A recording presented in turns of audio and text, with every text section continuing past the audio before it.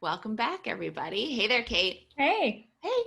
So today we are going to talk about the difference between copy and content. And this is actually a pretty important difference, and there are surprisingly a few people, even in the industry, who understand it. So as copywriters or as content writers, it's really important that we know the difference. You certainly don't want to be marketing yourself as a copywriter when all of your samples are actually for content. That's a great way to not get a call back. Yeah, and I mean, many of us do both, copy and content writing, but that still doesn't mean we can kind of mix the terms and conflate the two. As you said, it's kind of a surefire way to also point yourself out as very new and green to a field where, once you have the training, you want to come across as the expert because you're the copy expert, and as a copywriter, that's very different than content writing. Absolutely. And they both have very different goals, very different things that they provide a company, very different uses within a company, and quite frankly, as we'll see, very different payment structures.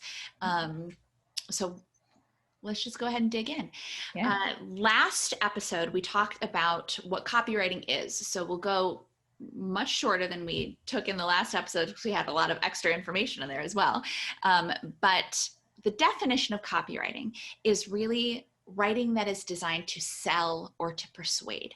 And unless people are worried about that capital S sales and we're being salesy or pushy, it's really about making a connection between a target audience who has a want or a need and the company or the organization that has the solution to that want or that need. And we make that connection by creating copy that helps the target audience understand that this company has the solution, that really resonates with the target audience and makes them go, oh my gosh, that's what I need. So that's what we do as copywriters. Content, though, is different. Content is writing that is designed to educate, to entertain, or to inspire. So it is your blog posts, it's articles, that kind of thing. It's some types of videos, some types of quizzes, that kind of thing. Yeah. So it can be very fun, but it obviously has a very different purpose in a company. Generally, the purpose of content is to engage people with the company, to get to know the company a little bit better, to get them coming back, and to get them participating more with the company. Yeah. So it's, for example, to put it in context of where you might have seen content and what types of things fall under that, like the how-to blog posts, the top 10 overwater bungalows in the Maldives blog posts, which I know, super fans of, or like which Little Mermaid is your best friend, which Little Mermaid character, I should say, is your best friend. There's only one Little Mermaid. But is it Sebastian or Flounder? So those, BuzzFeed style articles that we all are fans of clicking on. That is content. Absolutely. And so again, content is entertain, inspire, or educate. So yeah, it could be how to, it could be who is your Little Mermaid best friend. I think definitely it'd be Sebastian, just if not Ursula, frankly. I think I'm the bird, the seagull. I forget his name, but Scuttle. This is the benefit That's... of having a best friend with tiny people who like to watch The Little Mermaid. Yes. But so content serves a very different purpose than copy does. And for that reason, content is paid differently than copy is. Copy, as we were saying in the last episode, a company can very directly attribute copy to revenue, to goals that it's trying to hit, because the messaging that you write to get people to purchase, or the messaging that you write to get people to take an action is directly attributable to the actions taken. But content, it's a little bit softer. It's a little bit more amorphous. So unfortunately, because it doesn't meet those same goals, it tends to be paid a little bit differently.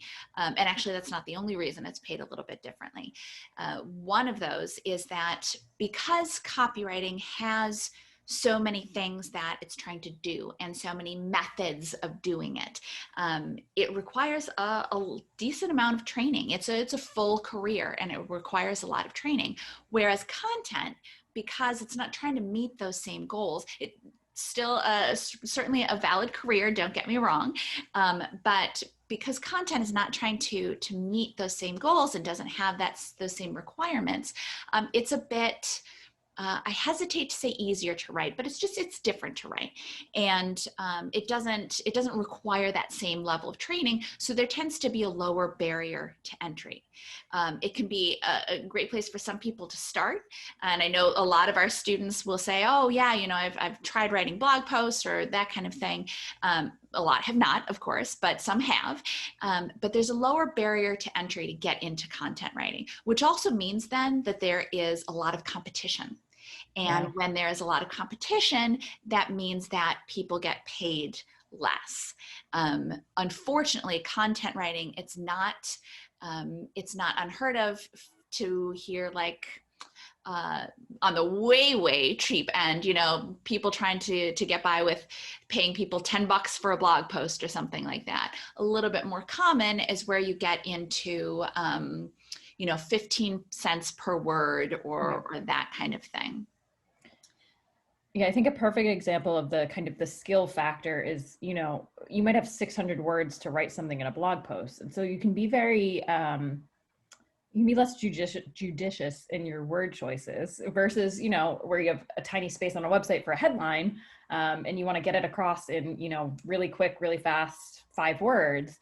It's going to take you a lot more time and skill to really distill a message down to the crux of it versus, again, a blog post where you can really explain and have time to, kind of get into various things.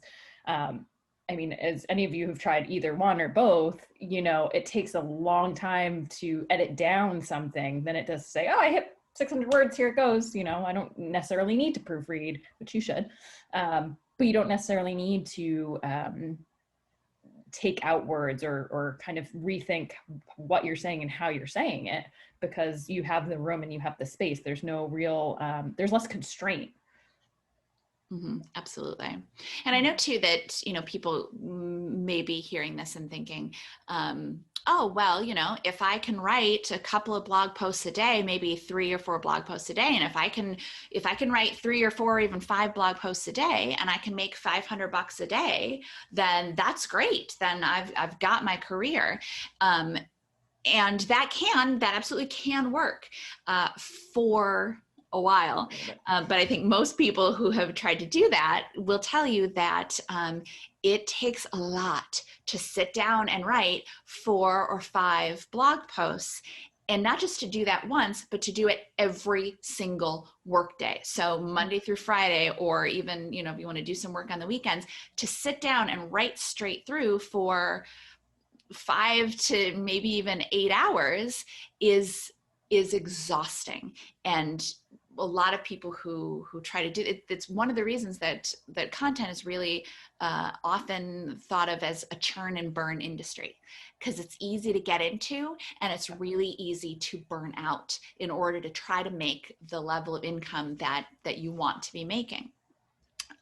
Whereas, when you are writing 3, 4, 5 content articles to make $500, with copywriting, you could be writing, 1 homepage, and actually that's even a little bit cheaper a homepage, but rates vary, but you could be writing 1 homepage or writing a 3 email welcome series or something like that. And instead of doing that in 5-8 hours, you're doing that in 2 or 3 hours, or you're taking on a sales page for a client and you're writing that for, again, really just kind of pulling numbers. It'll be different. Every project is different. Every client is different, but say you're writing a sales page and you're writing it for $1,500, and you got, maybe 2 of those, and that is your week. You're not working 8 hours a day, and you're not constantly writing just to get that word count, to get that out and to get your cash in so that you can just do the same thing the next day. It's very much churn and burn. Yeah.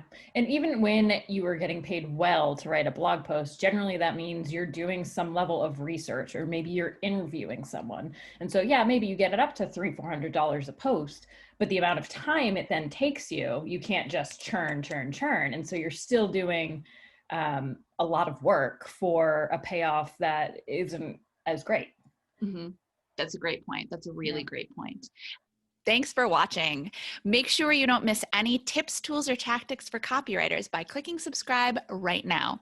And of course, you can always find us over at filthyricwriter.com. We'll see you next time.